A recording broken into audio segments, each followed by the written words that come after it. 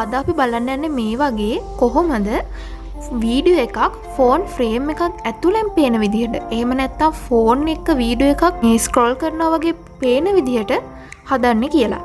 ඒකට ඔයාට ඕන වෙනවා ෆෝන් ෆ්‍රේම් එකක්. ඉතින් ඔයා සර්ච් කරලා ෆෝන් ෆ්‍රේම් එකක් හොයාගන්න ඕන. Kinemaster එක ඕපන් කරලා අලුත් ප්‍රොජෙක්ට් එකක් තෝරගෙන ඊට පස්සේ 16ට 9 රේෂියෝ එක දීලා අපි යන්නේ අලුත් වීඩියෝ එකක් හරි එහෙම නැත්නම් ෆොටෝ එකක් හරි සිලෙක්ට් කරගන්න. ඊට පස්සේ ඔයාලට ෆෝන් ෆ්‍රේම් එක ඇතුලෙන් පේන්න ඕන ඉමේජ් එක එහෙම නැත්නම් වීඩියෝ එක සිලෙක්ට් කරගන්න ඕන.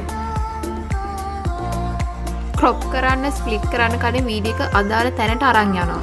subscribe කරන කෑල්ලයි එතකොට bell icon click කරන කෑල්ලයි හොඳට පේන්න. ඒ නිසා මම ඒ ටික normal speed එකේ තියලා අනිත් වීඩියෝ එක speed up කරන්න තමයි යන්නේ. මම bell icon එක click කරන තැනින් split කරනවා. ඊට පස්සේ speed එක වැඩි කරනවා. ඊට පස්සේ layers වලට ගිහිල්ලා phone frame එක ගන්න තමයි තියෙන්නේ. phone frame එක වීඩියෝ එක ගාවට ගෙනියලා ඒක හරියට adjust වෙන විදිහට හදා ගන්නවා. ඔයාලා දැන් ෆෝන් ෆ්‍රේම් එක ඔයාලගේ පිටිපස්සෙන් නම් තියෙන්නේ.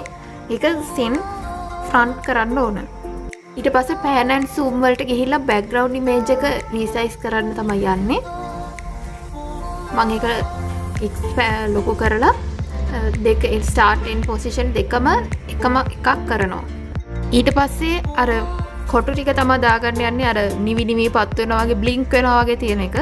ඒකට layers වලට ගිහින් hand writing වලින් මම තෝරගන්නවා වටේ ෆ්‍රේම් එක විතරක් තියෙන කොටුව. ඊට පස්සේ ඔන්න ඔය විදිහට ගානට subscribe කියන තැනින් ඒක ඇඳගෙන roll animation එක විදිහට pulse දෙනවා. bell icon එක තියෙන එකටත් ඊට පස්සේ ඒකම කරනවා. ඊට පස්සේ bell icon box එක අයින් වෙන තැන හොයලා එතනින් layer එක crop කරගන්නවා. ඉස්සරහට ඒ layer එක ඕන වෙන හින්දා මම ඒක ඉස්සරහට duration එක වැඩි කරගන්නවා. ඒකටත් overall animation එක විදිහට pulse දෙනවා. ඊට පස්සේ text layer එක type කරගන්න තමයි යන්නේ. ඊට පස්සේ text layer එක ඕන තැනට ගෙනියලා ඒකේ font style එක වෙනස් කරනවා. ඊට පස්සේ ඒකේ color එක වෙනස් කරනවා.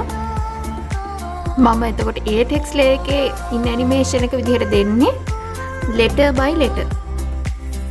ඊට පස්සේ layers වීඩියෝ එක අන්තිම වෙනකම් හදාගෙන ඕන තැනට වෙනකම් අරගෙන ඒවා trim කරගන්නවා. ඒක ඊට පස්සේ එක්ස්පෝර්ට් කරගන්නවා. හරි දැන් එතකොට මෙන්න මේ වගේ තමයි අපේ වීඩියෝ එක එන්නේ. ඉතින් ඔයාලටත් පුළුවන් මේක පාවිච්චි කරලා තව මේ වගේ ලස්සන දේවල් ගොඩක් කරන්න. ඉතින් උත්සාහ කරලා බලන්න. තවත් මේ වගේ වීඩියෝ එකකින් ආයෙ හම්බෙමු.